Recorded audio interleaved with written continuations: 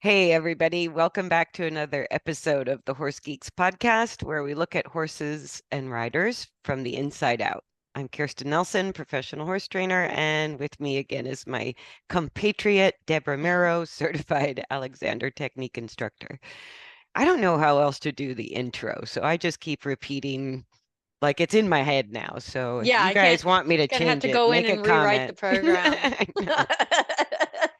So today's topic is about warming up our horses, Mm, which is everybody has different ideas of what it means to warm up, right? hmm Or like whether it's human athlete or horse athlete. But I think when it comes to our horses, I think it's an interesting topic to talk about because like the one of these moments in my life where I had a blinding epiphany was with one of my mentors, the one we talked about last week, Gavin Schofield.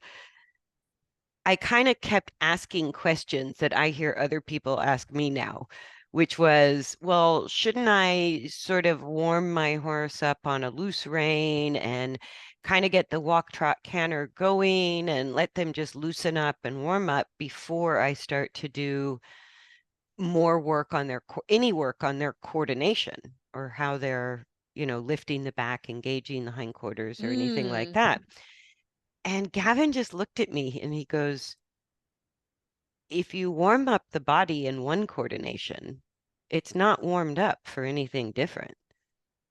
Like it's, Wow. and I was like, oh. So he goes, why would you start to warm up the body out of balance and then expect your horse to balance after moving that way? He goes, you're Isn't that like basically, the definition of insanity? yeah, but it's what we all do. It's sort of what we're taught to do, We're right? taught to do that. We are. Or with people sort of pulling their horse's front legs forward, like stretching before work, right? So Whoa. they want to And loosen up and the that muscles. as a human body worker, I would never ask the body to stretch if it hadn't been quote unquote warmed up, you know. Yeah, The tissues not have a healthy blood supply. right. But we kind of think of runners and dancers doing their like stretching exercises before they go jogging or before they dance. And I think that's sort of what we're translating Mm. to our horses with pre-work stretching or um, with warming up our horse out of balance and then suddenly going, okay, now my horse is warmed up. We can start to work on balance. But we've just spent a boatload of energy and reinforced dysfunctional or poor coordination as a habit in the nervous system. And then we're going to ask them to change that.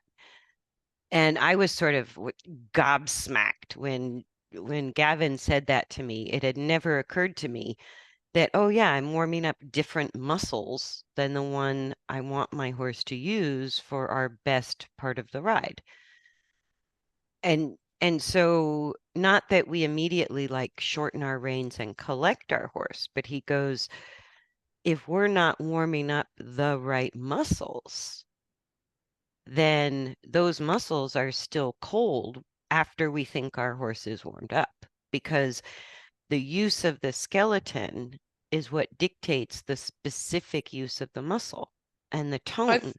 I think that's the most important thing to say is it's the use of the skeleton that dictates the muscles. And that's true whether it's walk, trot, or canter, Hmm whether we're tracking left or tracking right. And so um, I think also this need or this idea that our horse has to trot and canter in order to warm up to get circulation to the muscles. And I go, but we might be creating excessive muscle tightness, right? Rather than increasing. And I go, there's an aspect of cardio fitness for sure that are Right. involved in trot and canter work. But the exact coordination of the skeleton is what dictates whether the muscles are supple or they increase circulation or they get tight or they contract concentrically, they shorten, or they contract eccentrically, they lengthen, or they go into isometric hold because the balance isn't good. Yeah. So the muscles are doing the job of stabilizing the body because the skeleton isn't stable in the right coordination. So there's a gajillion different things. That's a technical term. A gajillion different things or ways that the body can cope with, go fast and do all these maneuvers, and we think we're warming our horse up. And we had that podcast, I don't know when, the difference between the muscles that are supposed to be stabilizing and the ones that are movement for movement. They're, if we're reversing that, Yeah. we've really put certain aspects of the body in jeopardy. Yeah. And we haven't warmed them up at all. Not in a healthy way, no. And Right. especially that putting them on a lunge line, and oh, I'm so guilty of that. Yeah. And lunging them for 30 minutes, there's no balance going on there. No, and especially if we're sort of pushing our horse to Ah, maintain trot and canter and not allowing spontaneous sort of downward transitions or not allowing our horse to break gait or change direction by right. their choice, then we can really sort of stress the body in the warm up when we're Completely over agree. directing everything. And so I sort of asked Gavin, I go, well, what do I do with a young horse or a lame horse or an old horse that isn't fit enough to work with the back lifted or from the hindquarters right away when I get on? And it was so simple. I'm like, why didn't I think of this? He goes, just gently start moving that direction as best you can. It doesn't, so the warm up is a much gentler process than what I see horses and riders doing at every clinic or barn I go to. Is he goes, if you have a horse that's chronically not straight, you can very gently start to work on aligning the spine or correcting rotation issues, or you can gently encourage engagement right from off the mounting block. And just because you're going to trot or canter doesn't mean the horse is going to become more engaged. That's not a direct result of going faster, Mhm. right? That might happen and it might work against it. The horse could disengage more because the trot and canter was too unstable or Mhm. too hard. So like how I started young horses under saddle completely changed. And I go, they need to be relaxed in the walk, trot, canter, not afraid of going faster and have some stability. But if I do a lot of work at the walk with a young horse, I can influence the coordination of the skeleton, which then it strengthens the right muscles. It increases circulation to the right muscles. It provides the right amount of tone between suppleness and tension in the muscles.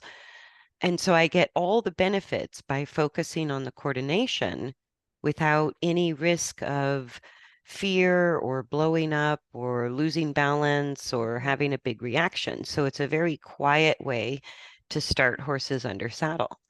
And I think people are surprised, but I go, it's really kind of an American thing that we expect all young horses to buck and bolt and rear and, have a meltdown. Not everybody starts horses that way under saddle. That's true. Yeah. Yeah.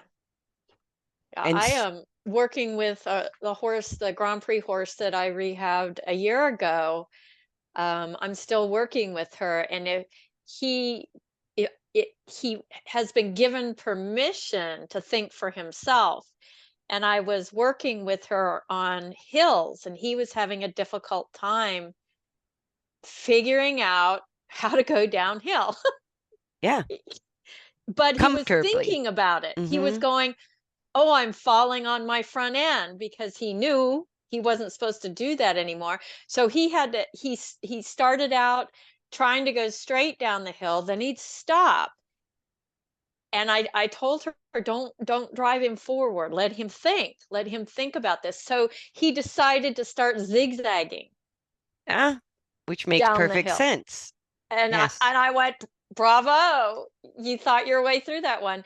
And eventually, about 45 minutes in, he actually would turn and go straight down the hill. He finally figured out the coordination Yeah.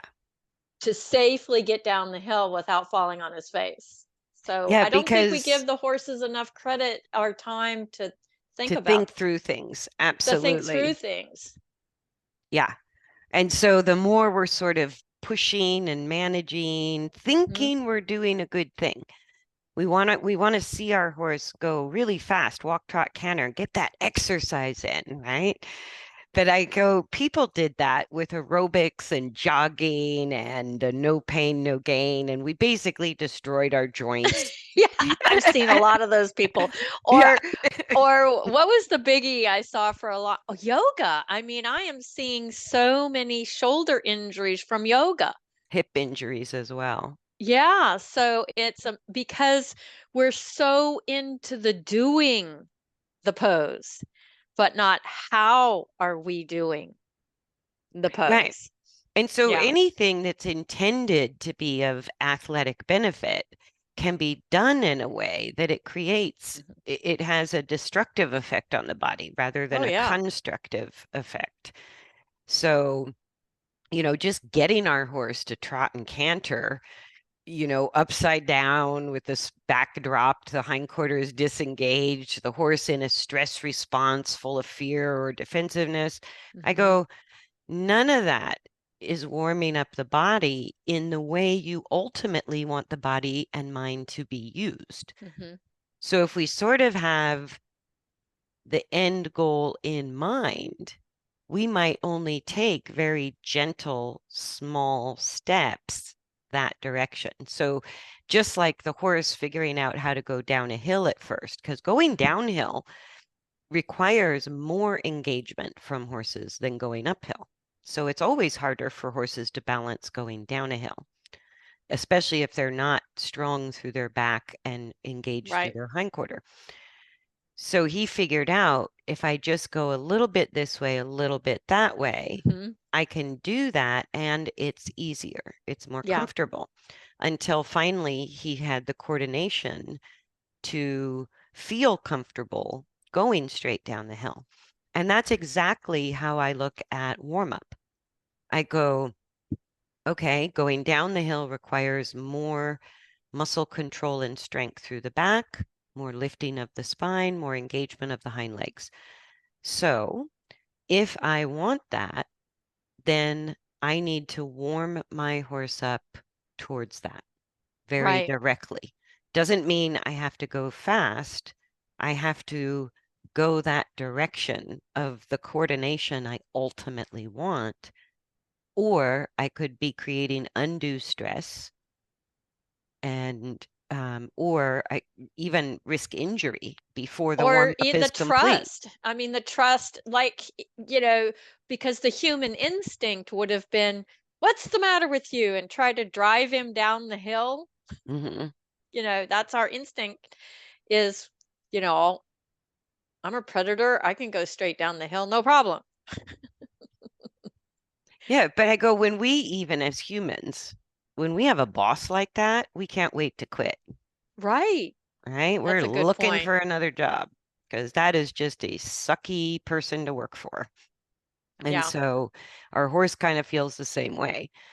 When we're not allowed to have opinions, make choices, experiment a little, not be punished when we make a mistake, have some room for some trial and error, that really kind of brings out more exploration, more curiosity, more Mm, creativity, right? And when those opinions and choices are squashed and we start over managing our horse or mm. correcting every single mistake, right? Then the horses are like, whatevs. Like, I'm not doing it. Can't wait for this to be over because you have no idea what's important to me. Or I've heard you mentioned it before. So the difference I hear out of riders' mouths is I really had to push him and use a whip and all this to get trot canter transitions. Whereas people that are working for towards balance in their warm up, I hear them say, he just went into canter, Yes. and I'm like, oh, you might be getting somewhere. No, and there's a very distinct feeling when we're riding that all riders have experienced at some point, where you feel from, say, walk to trot, you kind of feel when the walk is so organized Mm, that getting to trot is a matter of a light leg aid, or it's sort of the next logical step of the body. And then when we ride, we also kind of know that feeling of the walk that's so far away from trot. We're going to have to give a really heavy leg and maybe a little tap with the whip to try to get from walk to trot. And so we think the act of getting from walk to trot or trot to canter or walk to canter or hmm whatever, we think that if we just keep repeating the transitions, mm, right? Which hmm there's some validity to that through I get practice it. and I get trial that. and Yeah, error. that's what I was thinking. But what we tend to do is push our horse into That's the the trot, key. push our Hmm horse into the canter, push them to stay in those speeds, Yes. sort of crossing our fingers on the side, going, figure out how to balance. It's in there somewhere, right? And And I've talked to some writers too, what as an Alexander teacher, when we think, "Oh, I want trot," we physically already go as if the horse is trotting, which could actually be blocking the horse from getting into trot. yeah, we get Because we 'Cause ahead, we get a we'll get little ahead, we'll behind. tighten our legs, or I'm just Hmm. using examples, but I've seen it. So just being in the present and asking for trot and waiting, Yeah, just pausing in there. It just doesn't pausing and have to waiting for be, the opening for the trot, or canter or whatever. And that's what I hear from people that are really working on balance is, oh, our transitions this time were so easy. yeah. And the kind of changes I've seen in groundwork or riding by allowing the horse to break gait, allowing the horse to choose their own speed within the gait, horses are going to seek comfort. And Mm, so when we allow more choices like that, just like you're describing with the horse going down the hill, if they have a little room to figure it out, horses will always improve their own coordination on their own and move towards better and better balance given the opportunity. And it's hmm really this kind of idea that we balance a horse between our aids. We force them to warm up, right? The control And issue. and Hmm it's like we can do this better than you can is the human thought because we're supposed to be the higher intelligence, right? And we know what the frame looks like. We have the education behind what we're doing, whether our horse likes it or not, right? And I goes, but the horse feels it. It's an experience for the horse. And I've always gotten better results, really made improvements to coordination and movement when I leave a lot of room for the horse's choice. hmm As not always direction, but maybe, hey, if you want to make a downward transition 10,000 times, we can do that. If you want to have a pokey little trot at first, we can work with that. Let's build on that rather than trying to force this competitive type trot on a horse that isn't physically prepared. Because if the horse was physically prepared, we would have that trot. Yeah, I like I think said, it that's just what people happens. don't. It Yeah. just if it's available, and I've seen it working with people, it takes quite a bit of Alexander training to get to that place of flow. And Yeah. it's not because I warmed up. No, it just You becomes know what I a mean? new, like It's and this because is an the biggest. organization of skills are going in a good direction. Yes. That's, I think, the thing I want to say again is muscle development is dictated by the precise coordination of the skeleton during motion, period, full stop. Totally agree with you on that. And Cardio, people too. yeah, and cardio fitness, cardiovascular fitness is something entirely different. And so um, a coordination that has mechanical advantages, which is why biomechanics is even a buzzword now, whether Mhm. it's human athletic training or with horses. The whole idea of biomechanics is learning to coordinate movement according to the design of the body, because we're not going to change the design of the body. So we have to figure out how do we use it efficiently? How do we use it according to the design of the skeleton, right? So we see which parts of the body are designed to be more weight bearing or more stable, and which parts of the body are designed to be more mobile. And so if the forces of motion and impact forces and body weight are all in the wrong structures, Mm, the wrong areas of the body, we're never never. warming up the body for our ultimate goal. Whereas if I get on, whether I'm working at a pokey little walk with a million stops for a horse that we call lazy, I go even within that speed and allowing those errors, I can start to influence the coordination of the skeleton. And I've had body workers, vets, farriers, and horse owners be completely shocked at the muscle development that I've achieved with horses that are restricted to only walking. I completely agree with you. I have it documented here just on the long lines at a walk for 6 months. Yeah. Completely changed the horse. Yeah. And I go, there's benefits with all horses in the process of training of sort of trying a little trot. But the Mhm. question is, how did my horse respond to that? Good What did the point. posture look like? What choices did my horse make? What was the speed? What was the energy? What was the body language or the expression? Mhm. Right? Or try a little bit of canter. No harm in that. But it has nothing to do with warming up the horse. Zero. No. Like what I call warm up, and a lot of people when I do clinics, the traditional, especially if you're an English rider, you get in that far into the arena a half an hour before your clinic slot Ride time. starts Yeah. or your ride time, and you like busy, busy, busy, busy, right? Walk, trot, canter, circles, transitions, blah, blah, blah, blah, blah, blah, blah. It's like rapid fire, warming up the horse, quote unquote.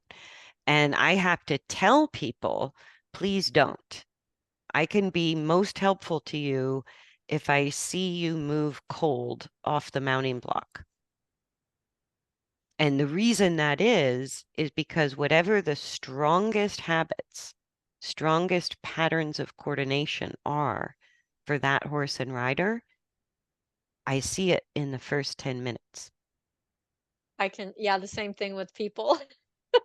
Yeah, That's why in instantly. Alexander work, we constantly use the getting in and out of the chair. It's repetitive and all of your habits come up.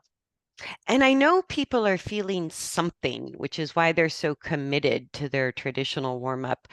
But what a lot of times we're feeling is the longer horses work, sort of like with us, when we're under physical stress, we also start to release endorphins and things that sort of dull pain issues, Mm, right? And that I think is why the horse feels better after that kind of warm up to someone, because it's not that you improved the function of the joints or the spine or the engagement or the back or anything.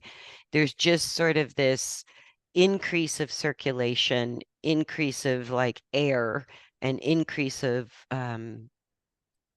sort of the hormones that we call them stress hormones or pleasure hormones, but basically that blend of hormones that starts to reduce pain or mitigate pain.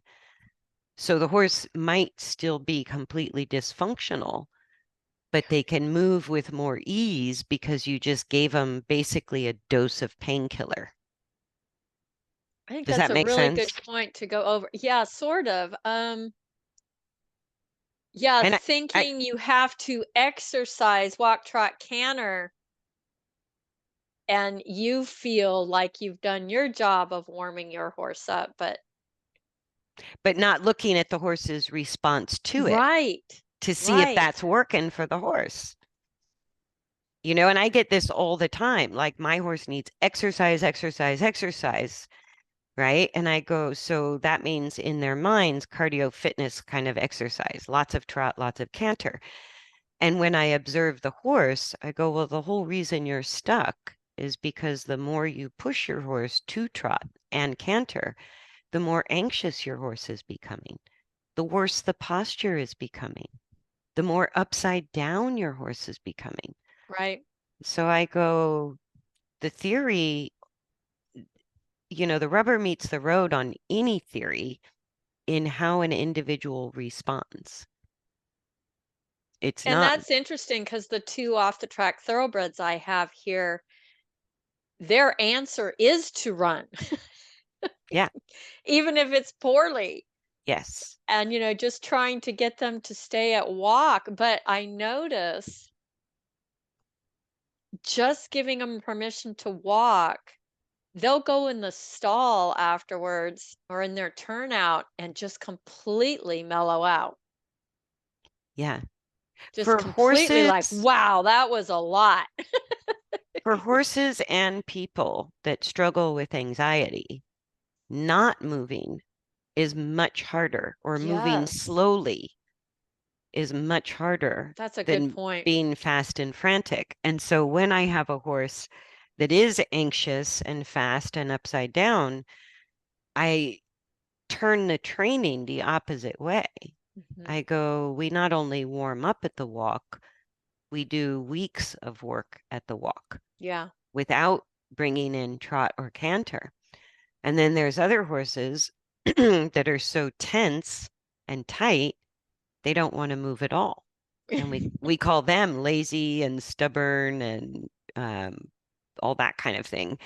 And I go, they're usually so uncomfortable moving that halt seems much more enticing than even walking. Mhm. And with those horses, that's where I think there is a lot of benefit of just quick transitions to trot or canter and not asking them to hold it and not even repeating it very long. Like I go, one horse comes to mind who really had significant physical issues and chronic lameness. And he's finally to the point, uh, and beautifully muscled with 99% of his work done at the walk. Not only did Yeah. we overcome lameness, he looks show ready. He is beautifully muscled. I go, that's the power of understanding coordination. But we couldn't trot or canter for a long time without him Right. going painfully lame. So we had to do all of our work at the walk. That was as fast as his body could cope with it. And then once he was sound and he could start to trot and canter safely, even though he's more forward than he ever used to be, he is not a fan of speed and he wasn't good at Mhm. it. And so we visit a little bit of trot work, a little bit of canter work, but we keep that segment of our work the smaller percentage of our training time. We just sort of play with it. And so he can start to get familiar and maybe go, oh, it's not as uncomfortable as it used to be. This isn't No, that's as, a good point. it's not as painful as it used to be. It doesn't feel as hard as it used to be. Right. And so we just kind of visit it. And then those little visits to the faster speed actually start to increase his forward energy overall. I like that phrase, visiting. Just let's go visit the trot. Yeah. Let's see what you think about it.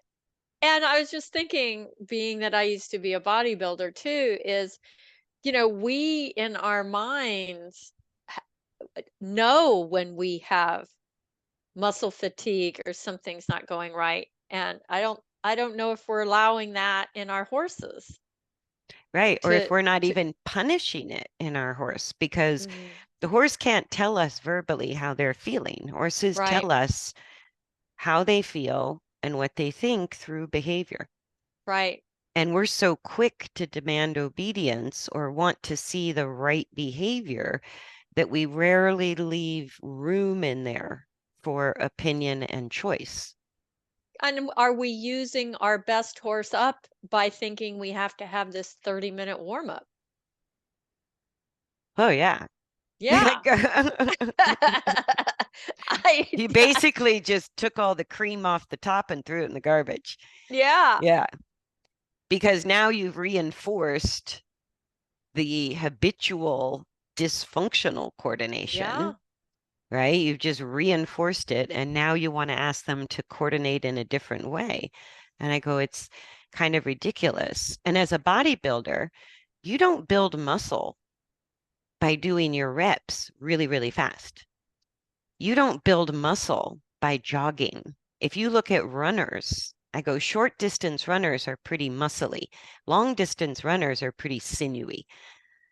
I That's go, different muscle twitch fibers too, which we won't get into today, but just that thought of, you can do it poorly. I get these questions all the time about, well, should I go work out in the gym? And I'm like, well, you can do that poorly too. yeah, exactly. If you Yeah, don't have the right skeletal coordination ingrained in your body, then doing something that puts more stress on your body.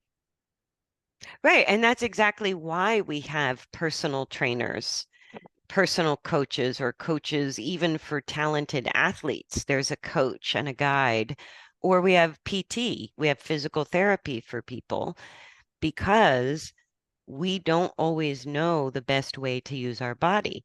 And Mhm. so when we start adding weightlifting or running or sort of physical stress, any little bad habit we had in our coordination is suddenly exaggerated. And it can become a pain issue a lot faster because you're adding weight or speed or stress of some sort. And Yeah, so if we're not looking at how our horse is coordinating the movement, even during the first 10 minutes of the ride, are going to tell you the habits of the body. And it's those habits of coordination that actually, when we guide those habits to change towards something more optimal or something more mechanically sound in the use of the body, you build muscle no matter how slow you're moving. You build the right. If right the muscle. coordination, I agree. If that's the end, the coordination is the most important thing, not the speed or the distance or how much time you spend there. Yeah.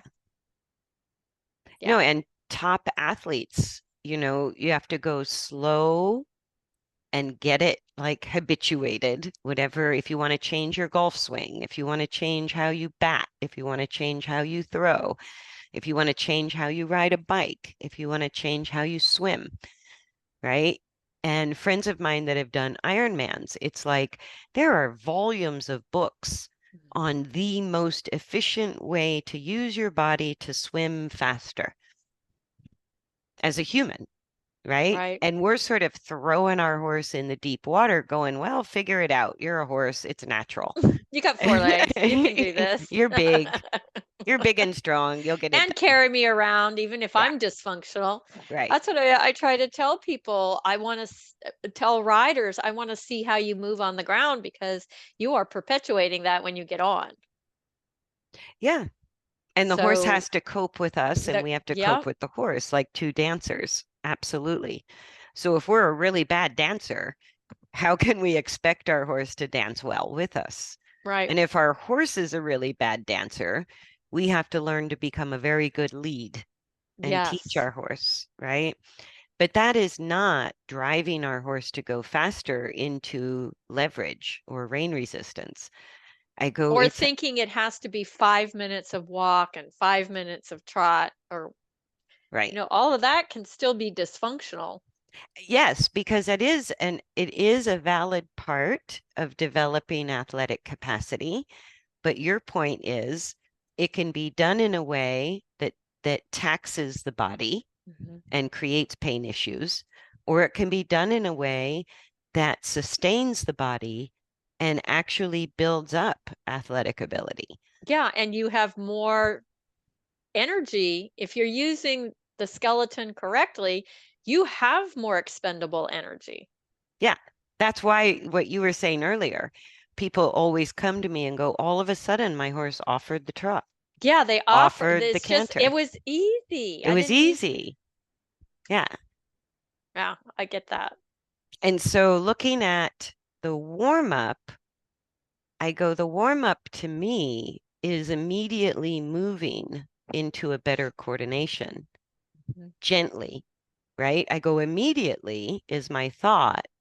But if I'm met with resistance from the horse, I have to navigate around that resistance, right? If I have to focus on something mentally or I need to think about it, it's going to slow down the process a little.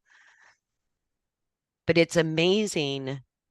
The results are amazing because when we guide the movement towards a coordination where the parts of the body are being used the way they were designed to be used, it's like you get It's a ease of no-brainer. you get ease of motion.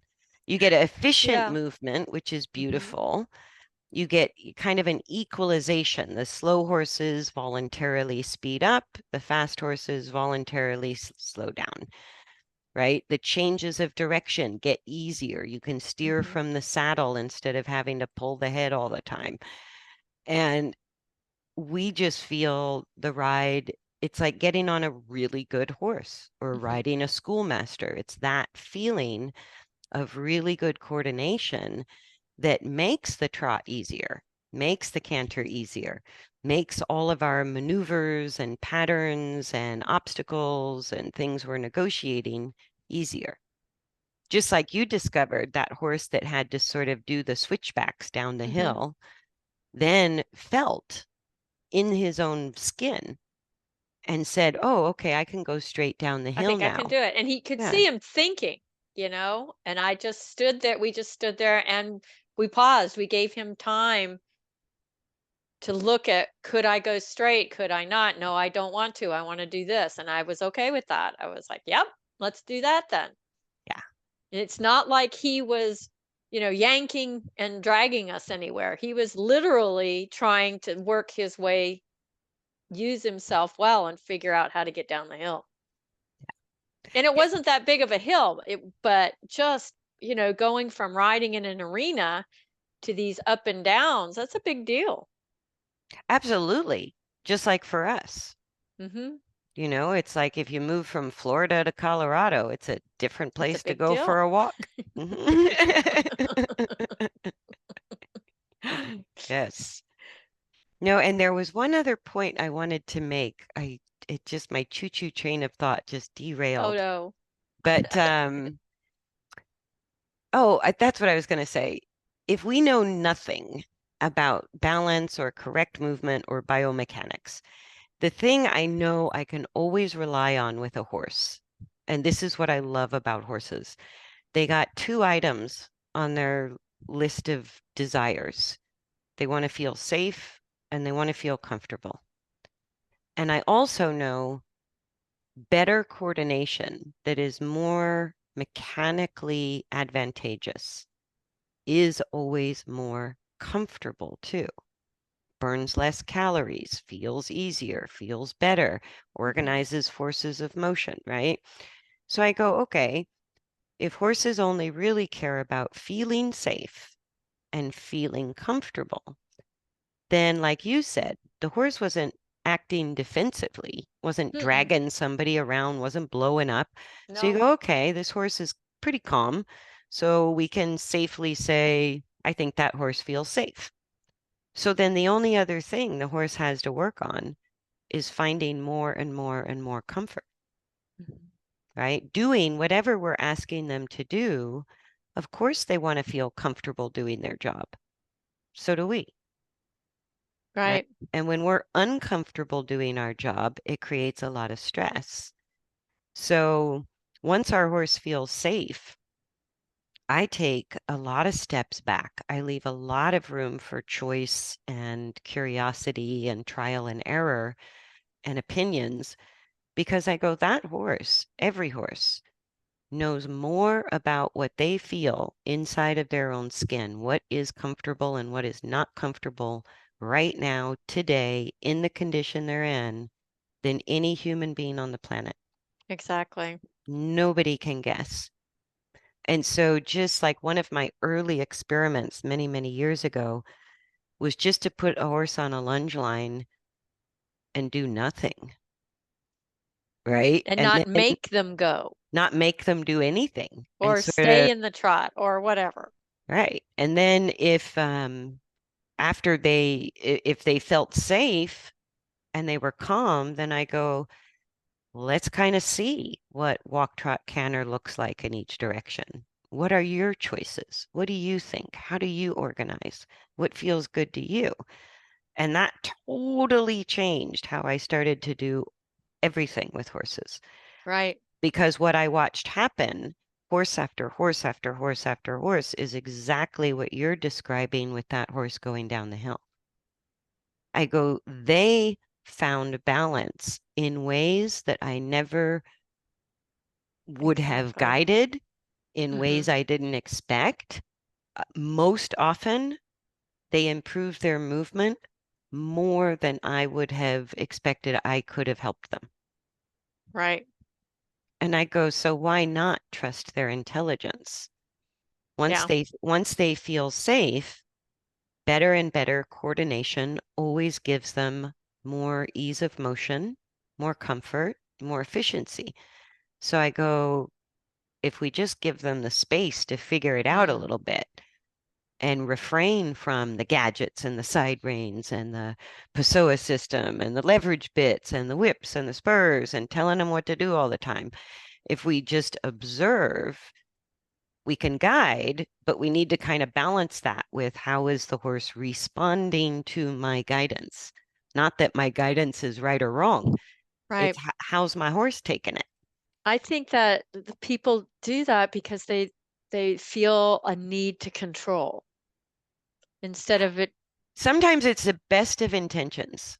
Right. I need my horse to move better because I now have a mechanical lameness issue that's skating into painful lameness.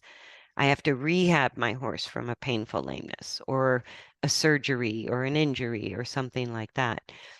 And it even was the human thought with physical therapy for quite a long time. Even Hmm. it's changing in physical therapy now, not to force a joint back into a healthy range of motion, but sort of make it a more gradual thing and a gentler process. Because you get a secondary injury when you try to force the body to do something that's painful or And that's uncomfortable. interesting you brought that up because in my work, you I see this when, let's say, somebody has an injury and goes to PT, when that specific limb, let's say, is rehabbed and really taken care of, it functions better than the other.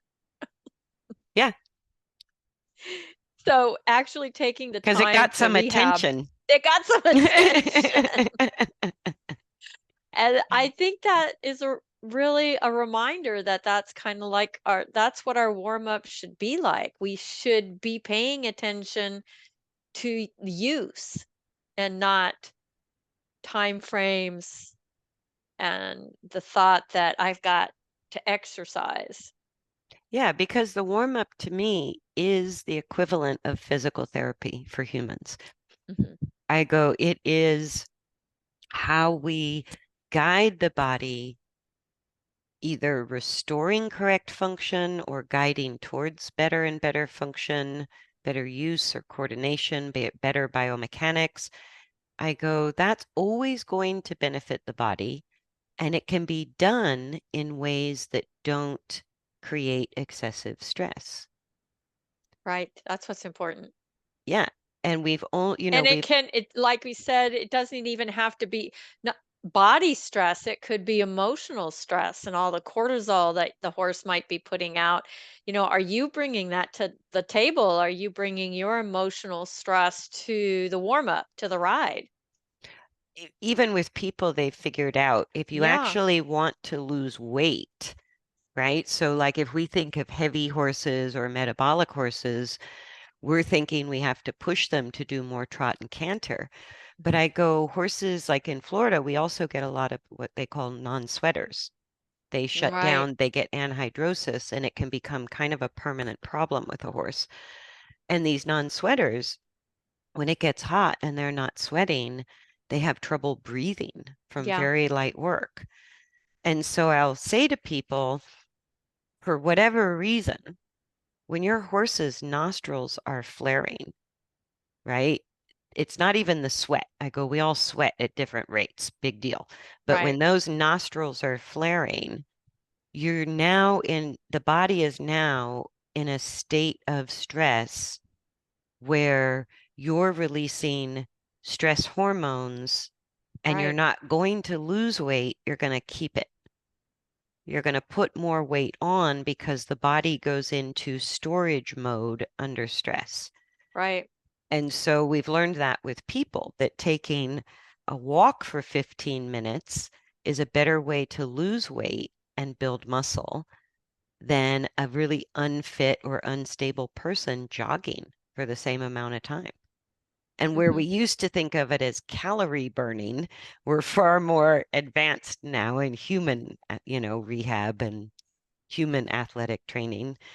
But it's not about calorie burning, and it's not about bringing circulation to the muscle through cardiovascular type exercise. I go, you increase circulation to the muscle when the muscle starts to have the right use, which is Exactly. based on the coordination of the skeleton.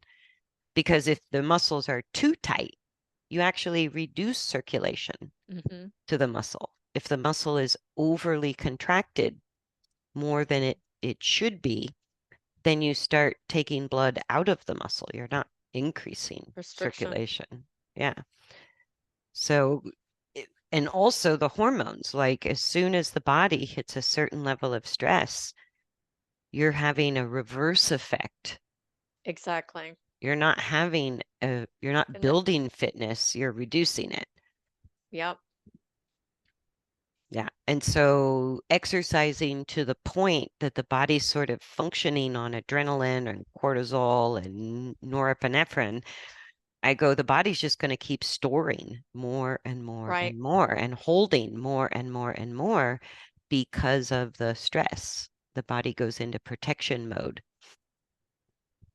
And I Yeah. see it all the time. I see I people see it all the time too. physically stressing their horses out. And I go, so like, how's that working for you? How's that working for Yeah. you? Is the behavior getting better? Is the lameness, are they recovering from lameness? Are they building better muscles? Are they getting healthier and happier? If we Yeah. kind of look at our work program and ask those kind of questions, we can start to figure out what is working and what's not working for our horse. That's really a good point because the horse that talked about that I rehabbed and was working on hills, I asked the owner when he was here, I said, I want you to write like a journal of your relationship with him, your complete journey. And she said about halfway through it just brought her to tears because as she was writing it, she got him, I think, as a 4 or 5-year-old. She says, "Oh my gosh, I didn't recognize all it started back when he was 6 years old." Yeah. It just didn't show up when he was 12 or 13. It was the habits of use at the beginning of his dressage training, because he was a Grand Prix dressage horse, that Yeah. because they were asking for certain movements and not doing it biomechanically correct, that we ended up with the horse that had to be rehabbed. Yeah. Yeah. And that is not uncommon. I know. And Sad. no, it's a story of my horse who was an Yeah. ex-dressage horse. I go, it took quite a bit of effort and a boatload of time at the walk for him to actually engage his hindquarters and build enough muscle that he could control his body during trot or canter. That's a good point. Otherwise, he was just sort of rolling forward out of control, which is kind of rewarded in the dressage show ring, I gotta It say. is. I go, they want to see such fast speeds and big strides that the horse is just puts their back down, disengages, They're not balances with physically the meant to do neck. those things. I hate to say it, but they're not. Well, I disagree with that. I I I think the reason that they're in the test or on the menu is because when a horse can do that, it's years of correct movement, Mhm. years of correct fundamentals, right? But when we think, nope, we got to get there by the time the horse is That, 7, yeah, that how, the timing and that that's when the routine. gadgets come out and the force comes out because we now go, it's too expensive or takes too much time to train the horse to move better. We want to start working on these maneuvers right away. Oh, and And I've heard that. Oh, I want to get to the next level by such and such a date. mhm. Not even taking into the consideration where the horse is coming from. Or how the horse is handling what you're doing already. Right. Because if I don't have a horse that's really consistently calm across the board, can really keep their focus on me as the rider, even in the middle of the show ring, and and is really looking forward to training, shows some That's important. enthusiasm when I show up. Like, hey, okay, we're gonna go work. Great, good to see you. Mhm. Like if I don't have that in the horse, then that's what tells me my horse might not be enjoying this whole deal as much as I am. Yeah. I might be sort of dragging my horse along with me while inside he's like, are we done yet? Are we done yet? Are we done yet? Because Yes. if it doesn't feel safe, if it's not comfortable, if it doesn't offer some kind of feeling of benefit to the horse, why would they do it? Why would they look forward to it? And Exactly. I go, so, okay, there's a lot of, bad bosses out there. And maybe we're not such a good boss with our Mhm. horse. Maybe we have a sucky work environment, or maybe we're looking over their shoulder and not letting them do their job, which would Yeah. irritate us to no end. Yeah, no end. So I guess we better wrap it up. Okay. But thanks everybody for joining us. Welcome to all the new subscribers on Yes. YouTube, and thanks for all the downloads on the podcast platforms. It only just occurred to me, you guys, that on YouTube, I started to use the Horse Geeks podcast graphic. Oh, why Duh. I never thought of that before. It's because we're amateur podcasters. That's why. Literally kind of at the kitchen table. Yep. Um, Oh, I'm in my office, so. yeah. Well, my office is the kitchen table now, Yeah. so it's kind of one and the same. But thanks everybody. Please like, please share, please subscribe. It really does help promote the content when you subscribe or like or share or comment or anything like that, especially on YouTube. And it kind of spreads things around a little bit better. Yes. So, so thank you, thank you, thank you. Thank And you. we look forward to seeing you on the next episode. Bye, everybody. Bye.